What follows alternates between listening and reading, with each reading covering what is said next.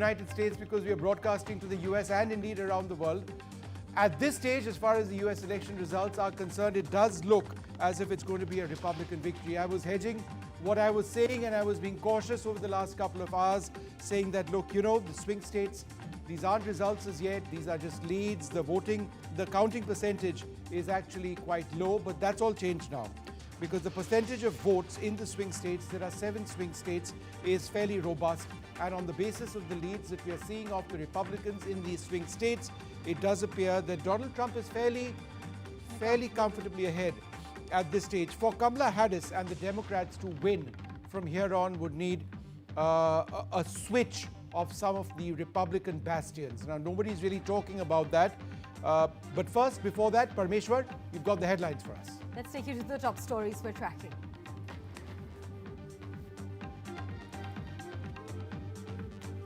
Early trends indicate that Trump leads with 214 electoral votes.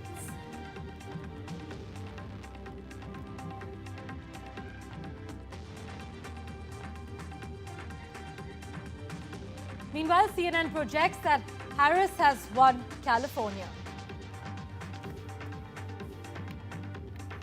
As the Trump victory becomes more likely by each passing moment, Elon Musk posts game, set and match on his X social media account.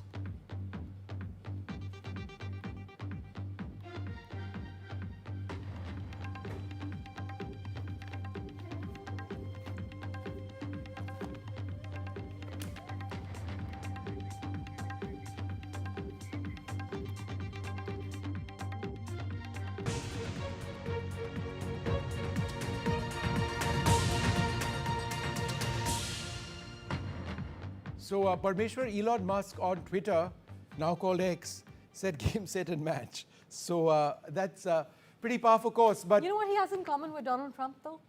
What? Both of them love attention. Yeah, well, they may be both right on this occasion. That's where it's all headed. So, why don't we bring up that big screen graphic of the swing states since we are talking about it? Remember, in a winner-takes-all system, which is what the US elections are all about, if the Democrats hold on to their bastion, which they are doing, if the Republicans hold on to their bastion, which they are doing, then it is these 7 swing states which are so important. So we've got these up on the screen right now. The states which are in yellow are the swing states where the results are still not out. North Carolina, there is a result in one of these swing states, and that has gone to the Republicans. So that's bad news for Kamala Harris. Now, let's just look at the numbers on the right-hand side of your screen. Arizona, 49.5% of the votes have gone to the Democrats, 49.6%. So neck and neck to the Republicans. Georgia has gone at this juncture more than 50% to the Republicans. Michigan, the Democrats are doing quite well over here. Nevada, nothing so far. Let's bring the next page out and take a look at what's taking place. That'll be up in just a moment. But Michigan also, we must inform our viewers North that only Carolina has gone to the 45% of the votes Republicans. been counted. Pennsylvania likely going to the Republicans. Wisconsin likely going to the Republicans. Now, why are we saying going, or it's still early days? Because I've got the data on the percentage of votes in. So just in the case of Wisconsin, Pennsylvania and North Carolina, Wisconsin, there are 66% of the votes in. Pennsylvania, 66%. North Carolina, 89%. So North Carolina, on the basis of this, has gone to the Republicans, which is why it's red on our screen. Let's go back to the previous page for a moment, just so that I can make the point that, you know, what we are seeing is significant because in the case of Nevada, it's not started as yet in terms of counting numbers. You know, it's disastrous for the Republicans in Michigan. And in Michigan, 45% of the votes have come in so far. Georgia, 91%. So with 91%, it's clearly going towards, it's not been declared yet, to the Republicans. And Arizona with 49.5% to Democrats, 49.6% to Republicans, 51% of votes having been counted. It is absolutely neck and neck over there. So that's what's going to, so in all of the other states, I mean, it's on expected lines, right? Yes, so far, except Iowa. All right, well, let's just go straight across to NDTV's Natasha Israni, joins us from Philadelphia. But Natasha, let me come across to you first. Philadelphia, Pennsylvania, all absolutely fascinating. Give us an idea of what's taking place in the state that you're covering. Yes, yes. This is such a huge prize in the swing states. And we were earlier seeing a lead for Kamala Harris, and now that's changing towards the Trump side, which has made this particular room where I am at in very, very happy. There's been a lot of cheering as the map behind them becomes increasingly more red, and the Republicans here feeling very confident at the moment. And we are joined now by Matt Lamagese, who we also spoke with yesterday. He's the chairman of the Young Republicans of Philadelphia. Tell us, Matt, how are you feeling as you look at these numbers? We're ecstatic. We couldn't be happier. Pennsylvania's looking great. It hasn't been called yet, but the numbers are looking very good. We think that the Democrats here in Philadelphia overstated the vote. That never materialized. Trump is ahead. Dave McCormick, our Senate candidate, is ahead. We've got a string of victories imminent in the Northeast Philadelphia area at the state level. We couldn't be happier. Now, what do you think? Pennsylvania, last time went to Joe Biden, even though it went by a small percentage, it did go to Joe Biden. So what is changing? And we know it's not yet called, but what is changing to see the margins become so close and with Trump now leading? Well, it's a very different place than 4 years ago. Look, 4 years ago, it was a single issue. It was a referendum on the handling of the COVID-19 crisis. Right now, we're weaker abroad. We've got illegal immigrants pouring across our southern borders. We've got rampant inflation due to the inherently inflationary policies of the Biden-Harris administration. People, as I mentioned yesterday, right, young people, but all people really, they're paying an extra 20% tax effectively as a result of inflation. So the fact that, everything had fell apart, during their administration, it's a reaction to that, right? On the whole, though, yes, there's been inflation, but when it came to unemployment numbers, there was a lot of progress under the Biden administration, but because unemployment is certainly down, and it's certainly down than what it was soon after the pandemic. Well, look, if you're going to compare pandemic, where they shut down the economy and they, furloughed people across the nation, of course, but that doesn't mean people are happy. Look, in World War II, remember, they say World War II got us out of the Great Depression. Well, that was true in terms of economic data, but that didn't mean people were happy on the ground in their day-to-day lives. And it's a situation like that where, okay, coming off of this huge event, a man-made event, by the way, coming off of that. We don't know that for sure. Well, we do know that they shut down the economy. Absolutely, that was man-made. So, they shut down the economy. They furloughed all these people. Well, yeah, as you come back online, you have that. But they've made a lot of bad decisions since then. And this is a referendum on that. A lot is said about immigration time and time again, but at the same time, a lot of what is said is also very ugly rhetoric, because this country ultimately is formed of immigrants, the Irish, the Italians. It's basically a country of immigrants. To say that one kind of immigrant is bigger or greater or nicer than the other kind of immigrant is a problem for a huge population here in the United States. How do you respond to it? Well, look, it's very easy, actually, right? There is one type of immigrant that's good, legal immigrants. Nobody's saying that legal immigrants shouldn't come. What we're saying is you need to respect the laws of this country, and you need to come into this country by, through the process. You need to come in, you need to follow the process, and then, get a visa, get a green card, whatever you have to do, follow that process and do it legally. Understood. Back when Donald Trump talks about deporting millions of people, that's likely to cost billions of dollars, according to some organizations. How is that even possible or likely? How will he carry it out? Well, look, logistically, I don't know how that's going to work. There's smarter minds than me that will be assessing that and developing a plan to handle it properly. What I will say is, I'm sure the president has a plan as to how he wants to do it, but look, this is creating a major burden on the system here. The people who are here, who are not paying into it, and who are, you look at the billions of dollars, up in New York, You see, Eric Adams spoke out about this, the cost that New York suffered, as a result of housing all of these people. And they're not alone in that. So there's a cost for keeping them. There's a cost for attempting to deport them. Right, Matt, they're talking about all the various issues at play here and also explaining some perspective on why you are seeing that map turn red and the issues that reach out to a lot of voters who feel left out. We spoke earlier to a young American man who said that he felt like he was a minority because nobody was catering to his needs and the fact that he can't afford housing or his grocery bills. So at the moment, at the Donald Trump party, a lot of happiness because they're feeling that they do have a path to victory, though it's too early in the night to confirm that for Pennsylvania or for the country.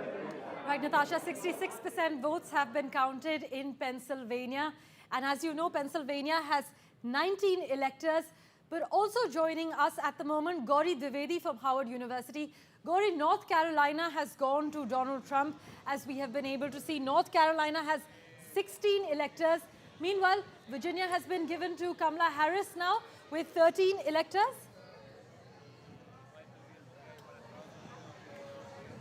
Yes, indeed, Parmeshwar. The fact is that North Carolina was a very important state that has gone to Donald Trump, and that in fact does make Kamala Harris's road to 270 tough, given the fact that Trump is also leading in several other swing states, including Pennsylvania.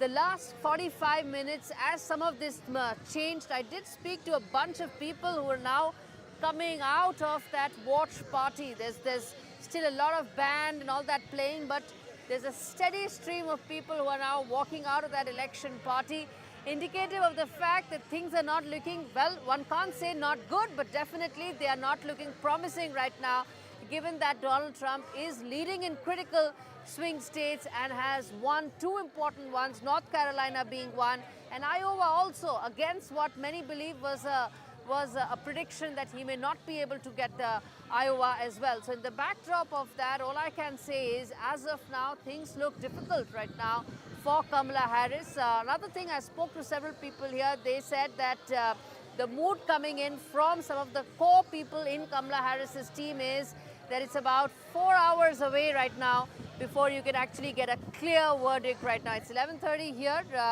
So they were expecting, it's actually closer to 12 here, they're expecting that about 4 o'clock or 5 o'clock in the morning is when the verdict will come out. Also, Gori, as we speak, Kamala Harris has now crossed the 200 mark.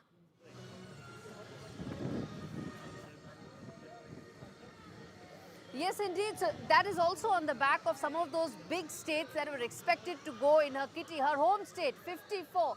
The moment that came in, of course, it changed her kitty completely. It was expected.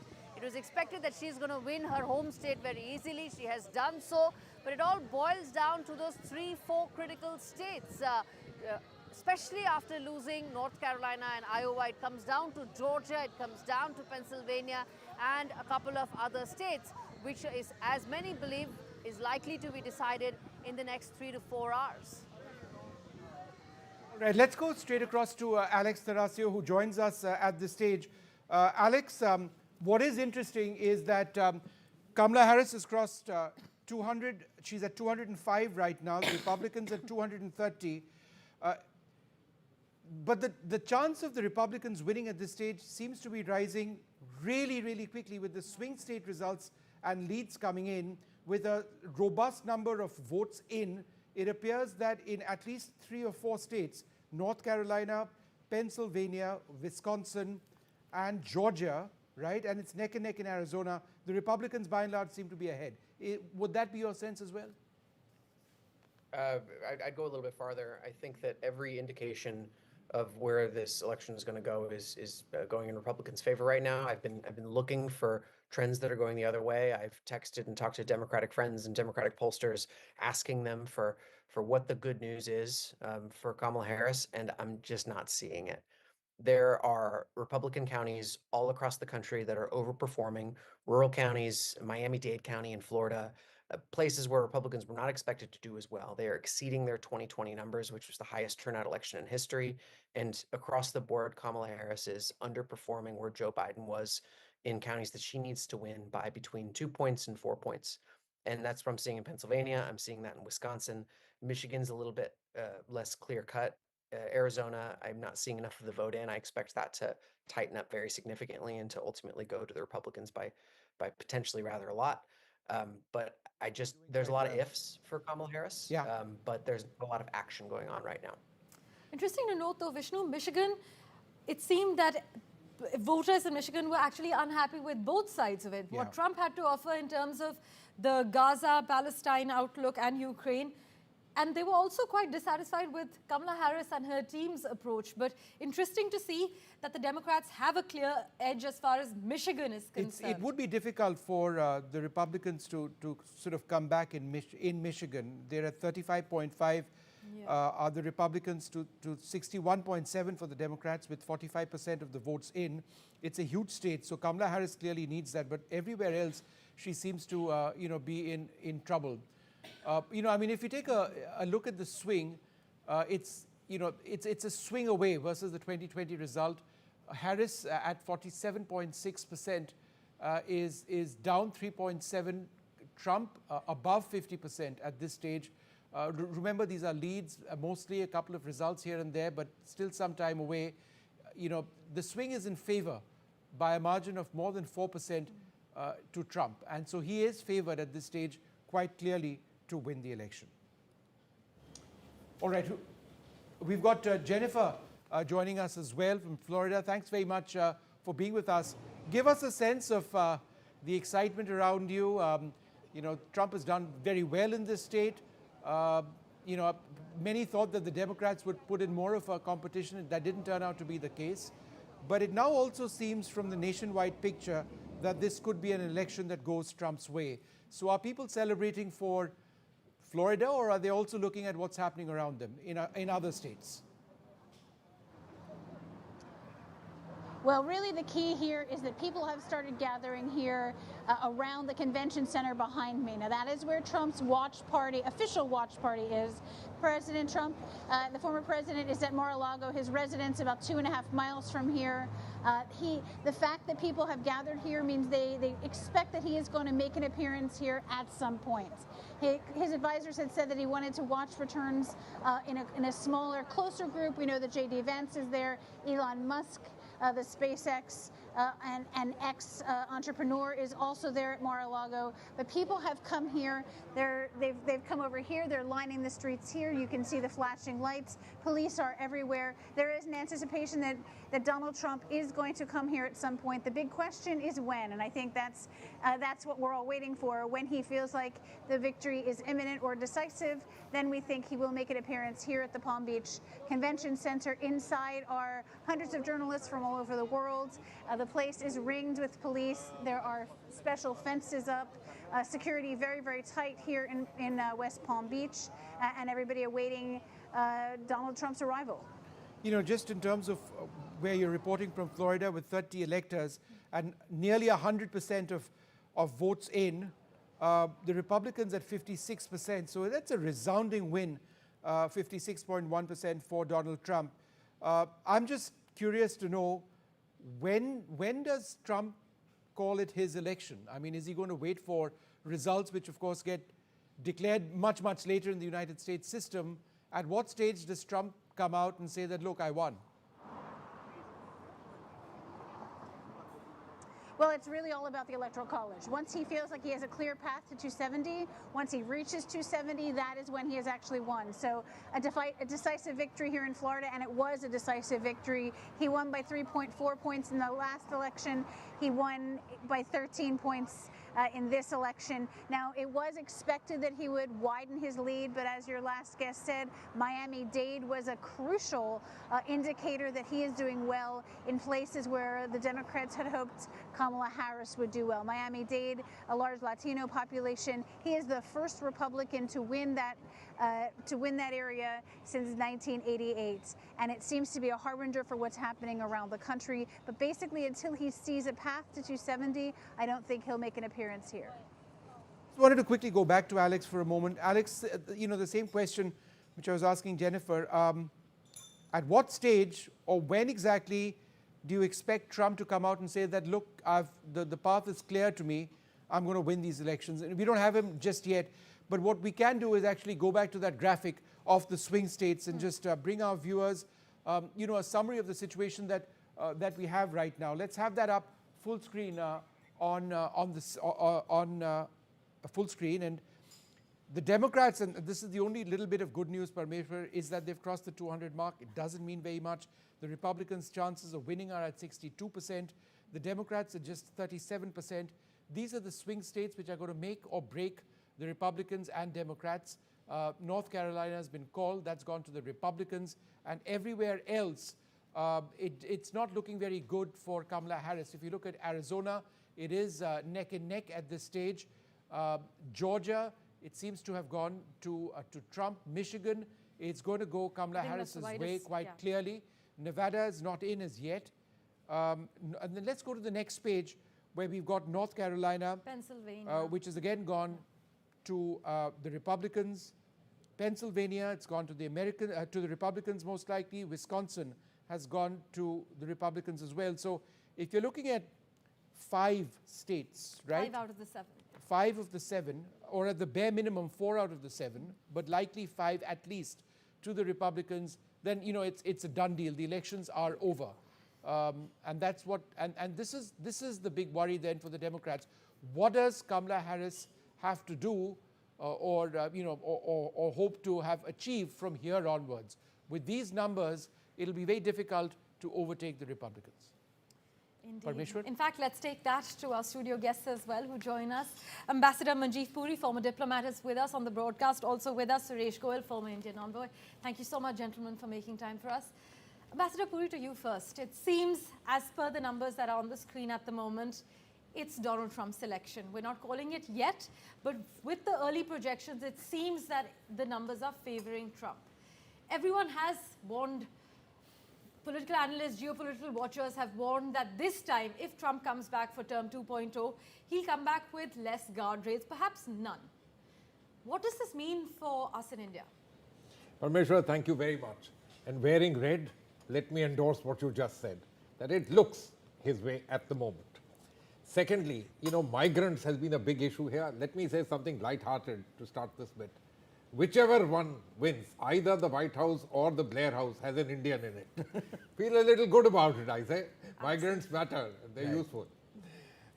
Talking about guardrails, yes, this is generally the impression of everyone that President Trump, if he comes back, and incidentally, this will be only the second time that such a thing would have happened. I think it's Grover Cleveland, somewhere in the late 1800s when it happened last time, that somebody lost out and then came back. Look, there is this issue of feeling kind of hurt, insulted, left out, what he claims the election that was stolen from him. And so therefore, going after elements of the Democratic Party, all of those things would be there. I think somewhere he mentioned that one of his first acts within the first 20 seconds will be to fire the special prosecutor. So yes, all that will happen. But other than that, when I look at things otherwise, I look at the Donald Trump possibilities as being more a continuation of what happened in the past. There will be transactional stuff.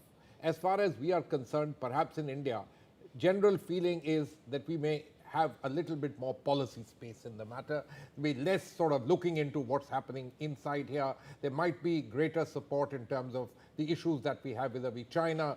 Maybe on the issues of the environment, fossil fuels, etc., we may have greater space for development where we are facing these problems. So, look, India as a country has positioned itself relatively well. We've done well. We have become the 5th largest economy, where we would be a country of interest to everyone.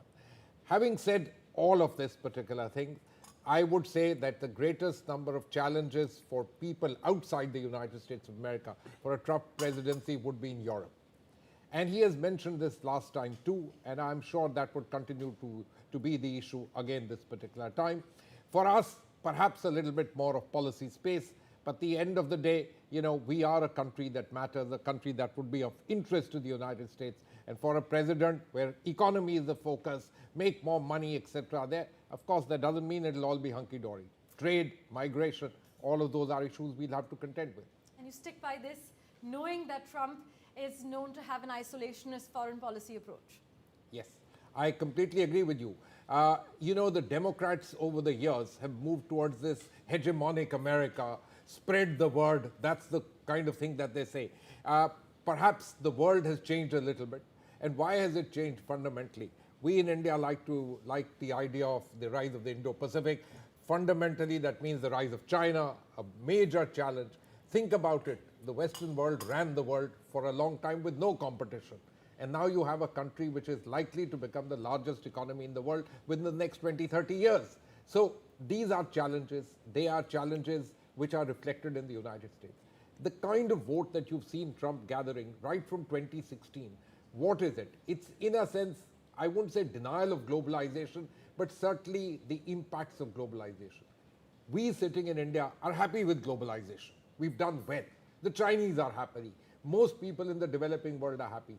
But the old developed world countries, those who benefited by just simply being there, doing their bit, producing the air conditioners and the cars, they want to know what's happened. Okay. Why the challenge? Why the air conditioners are coming from China? Why are the cars coming from somewhere else? What is happening? Why not us? So there is a reaction. And I think you are seeing that over the last so many years. All right, let's go across to Alistair, who's been tracking the elections very closely indeed. Alistair, thanks very much for being with us. Give us a sense of what's happening around you. Are people willing to accept right now that it's going to be Trump all the way? It just nice seems to see him that way. smiling, though,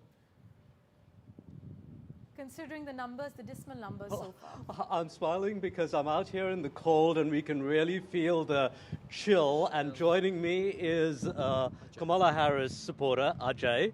Ajay, we've gotten word, as you know, about North Carolina, the Associated Press calling it for Donald Trump. How do you feel? I'm a little disappointed. I mean, I think we had a good chance, but our margins are close, and you know, the window appears to be closing on the electoral vote side. But hopefully, we can still pull it through. You know. Okay, it's so. not done. Sure. Yeah, it's not done. You're saying it's not done. We're still waiting, but it's kind of leaning towards Trump. So we were at a watch party just now, which has kind of wound up. But the watch party for Donald Trump, when this news came in, they were absolutely ecstatic about North Carolina. They were cheering. But here, of course, it doesn't seem to be the case. What do you think went against Kamala Harris? I think the issue about the economy seems to be more than I expected. You know, he seems to have used that to his advantage. You know, in associating her with Biden. You know. All right. So you blame Biden for this. So not sure. I can't hear the studio right now, but I'm going to hand it back to you. Parmeshwar? Well, thanks so much for that update, Alistair. We will, of course, revert to Alistair for regular updates. We also have with us at the moment Andrew Latham joining us, Professor of Political Science, International Relations, Regional Conflict and Security, as well as Foreign Policy. Andrew, along expected lines, or would you say that the polls got it slightly wrong? I mean, world over, it's not the best time for incumbent governments, it seems. I'm not sure the polls got it entirely wrong. It was always going to be tilted in favor of Trump, whether you like it or not. Kamala Harris, I have to say, is an empty pantsuit, and she was never going to sway people. You know, there's the usual things. Minnesota's going the way it does because I live here, and it's going the way it always does. And Texas is going the way it always has. She really wasn't positioned to transform the electoral landscape in the United States. She simply wasn't. Puneet, let me take that across to you. You'd be very happy with what you're seeing right now. It just seems increasingly unlikely, if not impossible, for Kamala Harris to win from here on. I'm not sure this is going to be a landslide win, but it's not likely at this juncture going to be a narrow win for Trump. It's going to be a fairly significant one. Yeah, not quite. If you're asking me, not No, quite. I'm asking Puneet. Go ahead, Puneet. Not quite a landslide. Just 1 second, sir. I'm asking the other panelist. Yeah. Sorry, go ahead. As he said, she's an empty suit which was put up or anointed rather than being elected, as President Trump was within the Republican leadership, to lead, and especially in the time in the failed presidency of Biden and inherited and the continuation by Kamala Harris with no message, no clarity of what she was going to do, but she was all the time beating up on President Trump with no clear message. And with the economy, inflation, immigration crisis, wars in the Middle East and in Ukraine, and what has happened in Afghanistan, it was a complete failure. And that's the reason what you're seeing today, it shouldn't be a surprise to the folks. We expected a win from President Trump because he stayed on message. And if you started seeing in the last few days of the campaign, he was cruising. Look at the McDonald's, serving fries at McDonald's, or making fries at McDonald's at the same time driving the dump truck. You know, he had it, and visiting the victims of the hurricane, he showed the empathy and the tenaciousness of campaigning. And she only was seen and perceived as an elitist by having Oprah Winfrey and all the rich folks raising money for her with no substance to really give it to the American people. And that's the reason why you see a shift in the Black Americans, the Hispanic Americans, as we've seen in Dade County in Florida, and in the Asian American population. Okay. Puneet, just bear with me. I've got Ambassador Suresh Goyal with us in the studio. I mean, I'm going to go one step ahead and say that Trump's winning these elections, or if not, that being the case, what does Trump bring to India in terms of foreign policy? Does it really make a difference for us who's in power in the US? Vishnu, first of all, I don't really think that I can give it away like this, that Trump is winning. I mean, I look at the numbers. It is around 209. Kamala Harris is going ahead. I mean, I know it's an outlier, but it can happen. And I'm keeping my hope. And I'm keeping my hopes up. All right. Okay. But coming to the question that you put, if you look at the balance sheet of what Trump and Kamala Harris would mean really, Trump first. Trump is very transactional. Trump's interest really with India is mostly, it's not security or strategy related. He looks at India basically in terms of trade, economic, largest market, how much can USA sell to India, what does India have to offer in return, etc. Please remember last time also when he was the president, he questioned India's trade policies so often. And this time also he has already declared that he would impose double the traffic on Indian goods, etc., etc. That is number one. Number two, China, which is really the dragon in the China shop, particularly next door to us in Indo Pacific and across our borders. Now, Trump's interest in China is purely trade related. Most of the US companies, they're leaving China. If they want to leave China, they're trying to leave China, but they're not able to leave China basically because of the investment they have done already, the amount of investment. And many of them have already said that they are finding it difficult to leave. iPhone, for example, is finding it difficult to leave, even though they have come to India and they have done some kind of production. Right. Now, if that is the case, and suddenly it so happens that China and the USA again begin to look at partners, trade partners, in a more positive way. How does it impact on India? Where does Indo Pacific go? Because our policies vis-a-vis China have really been pivoted to Indo Pacific. Ambassador, just give me half a second. I wanted to go across to Parul Khemka, the New Jersey State Director for South Asians for Harris. Parul, it's not looking good for you now, is it? Do you accept that it's going to be Trump most likely as the president, or do you actually feel that it's still too early to call these elections? It is too early to call this election right now. We don't even have so many of the urban centers where the long lines existed where all of those Democratic hubs are, they have not finished counting their votes. So I think we're all jumping the gun. I just want to respond to something that my colleagues here on my sides have said about that Kamala Harris has no plan. I don't know where you're reading this up, but I think the only person who has communicated any kind of policy plans has been Kamala Harris. And I totally agree with Mr. Goyal here, who does say that he has already gone ahead and talked about doubling tariffs for India. He has already gone ahead and said that he's going to be very firm with them. He has, in the past, he has told us and said that there will be repercussions if we don't supply the hydrochloroquine when it was COVID times. So I think it's very important that as South Asians, as we know that we are also here. We're struggling with somebody who has a very strong, vehement opinion and is looking to be just for the nationalist Christians that have interest in the country.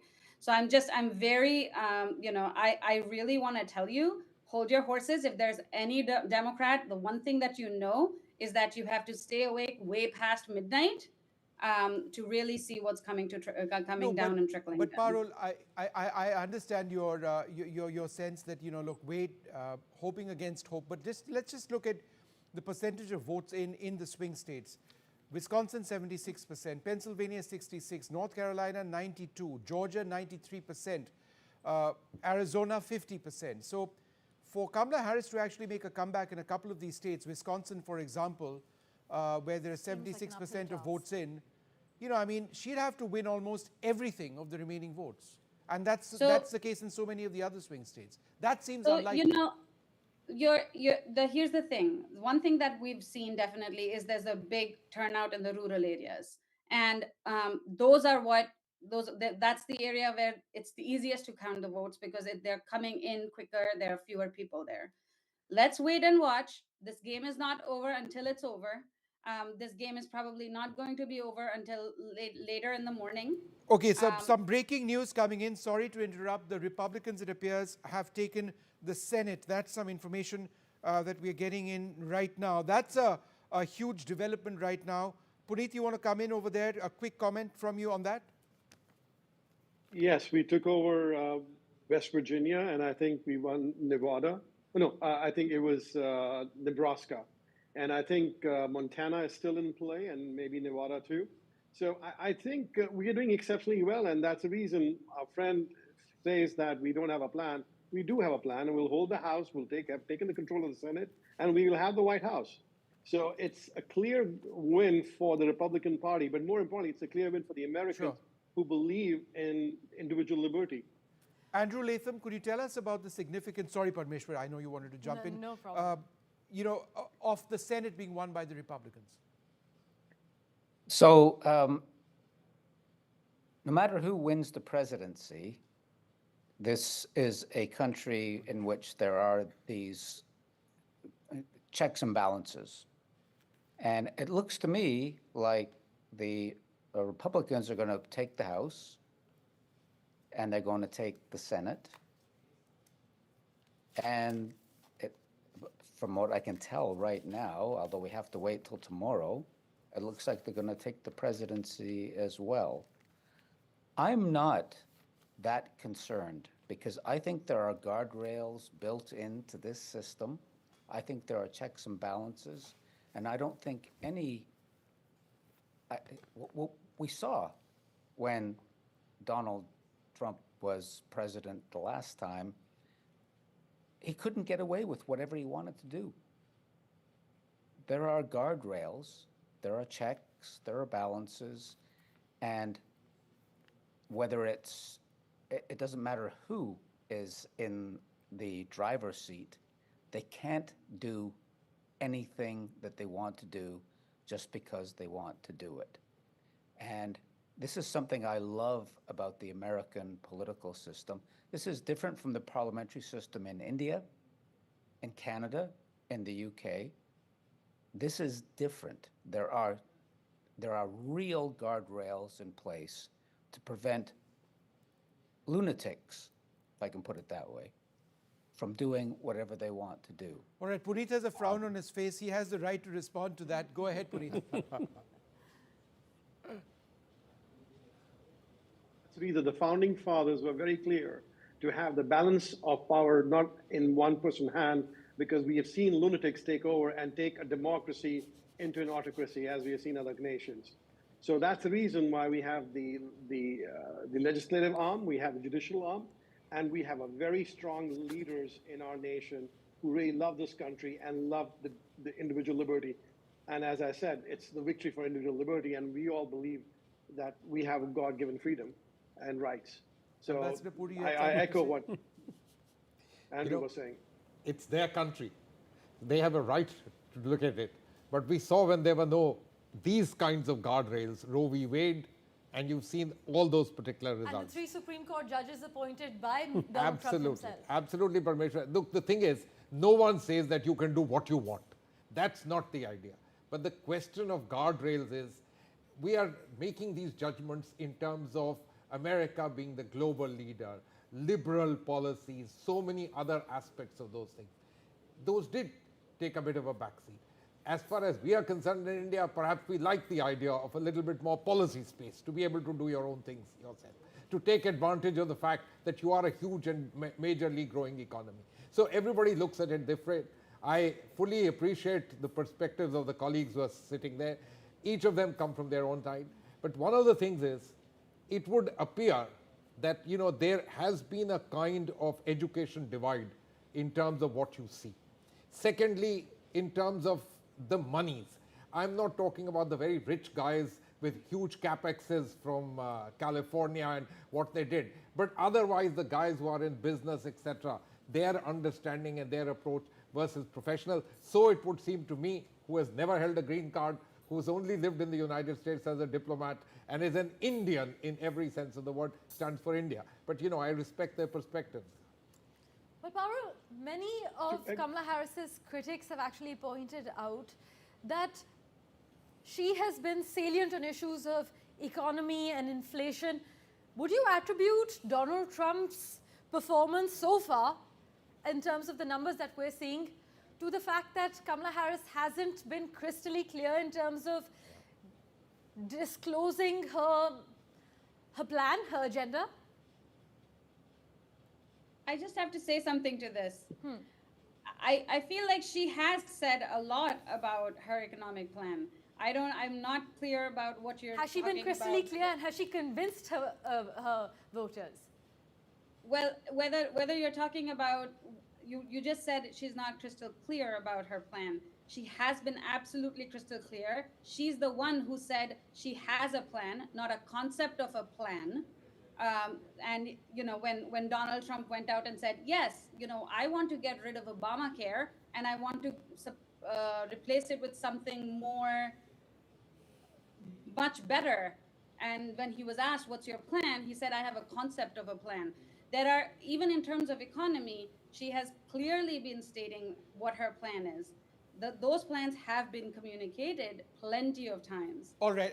I just give me half a second, Andrew Latham. If we look at the larger picture right now, the Senate is gone to the Republicans. The Congress would likely be retained by the Democrats. The White House is headed towards the Republicans, who already have a big say in terms of control of the Supreme Court.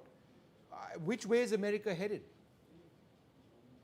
Well, it's headed in a very Republican, Trumpian direction. And I'm not sure that that's a bad thing. Again, I come back to guardrails. These Trump, J.D. Vance and Trump, and they can't do whatever they want. At the end of the day, there are these guardrails in place that This is a very resilient. Andrew, we're talking about guardrails even before he's won the election. I mean, I sense, I hear your sense of foreboding.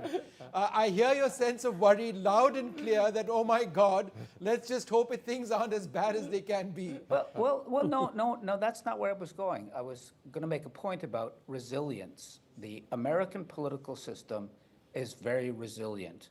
This is not Italy in 1920 with Mussolini coming to power, and it's not Nazi Germany in 1933. This is a very resilient democracy, and it doesn't really matter at the end of the day whether Kamala Harris or Donald Trump or Andrew Latham is elected. It really doesn't matter, because there's only so much that you can do. You can push things in this direction, you can push things in that direction, but you can't. The nonsense talk about fascism, I've taught courses on fascism for 30 years. The nonsense talk about that F word that has permeated the American political discourse for the last little bit is, I'm just going to say silly. I could say stupid, but it's just nonsensical. All right. This is not Italy in 1925. Okay. I get the point that you're making, that there are enough checks and balances. Ambassador Goel, before we go to a break, again, what would this mean for India with Trump likely headed to the White House? We do know that there is a good equation with Trump and Prime Minister Modi. We both have concerns over China. There is a deep technology investment from India and America in India as well. Do you see this relationship just going up and up? You know, Vishnu, I mean, we are here at the moment talking about the US elections because even though it's an election in the USA, it's an election around the world, it really should matter to the Americans as to who they elect. But we are all sitting here like the other places around the world, wondering as to who is going to come there, because American president is the one who impacts not just on America or one country, he impacts on the entire globe. And now, therefore, when you talk about India versus the USA, the relationship, I've already spoken about the bilateral part of it, really. I don't think that we can be very comfortable with the transactional president, and I'm being very, very moved here in that sense, that we will have to watch what his mood is like. He's very, very volatile. He could be very unpredictable from time to time. Right. But the point really here is that our future, or what our policy space, as Manjeev said so often, will depend not only what USA and India are, but what happens in Europe, what happens in Middle East. Now, if Trump's policies are going to impact on the Middle East the way I look at it, I think there is a lot of risk factor there. Okay, let me interrupt you there. I do need to take a short break at this stage, come back to the very latest. It is headed towards the Republican camp. Donald Trump does seem to be headed back to the White House. We aren't calling it just yet, but for the Democrats to actually win from here on, that seems difficult. Live images from a Harris campaign rally to the left of your screen, a Trump campaign rally to the right. We expect both leaders to be there soon. Will Harris at some stage concede defeat? We don't know. I think she'd still be waiting. But now with substantial percentage of votes in the swing states, it looks very difficult for the Democrats. We'll be back in a moment.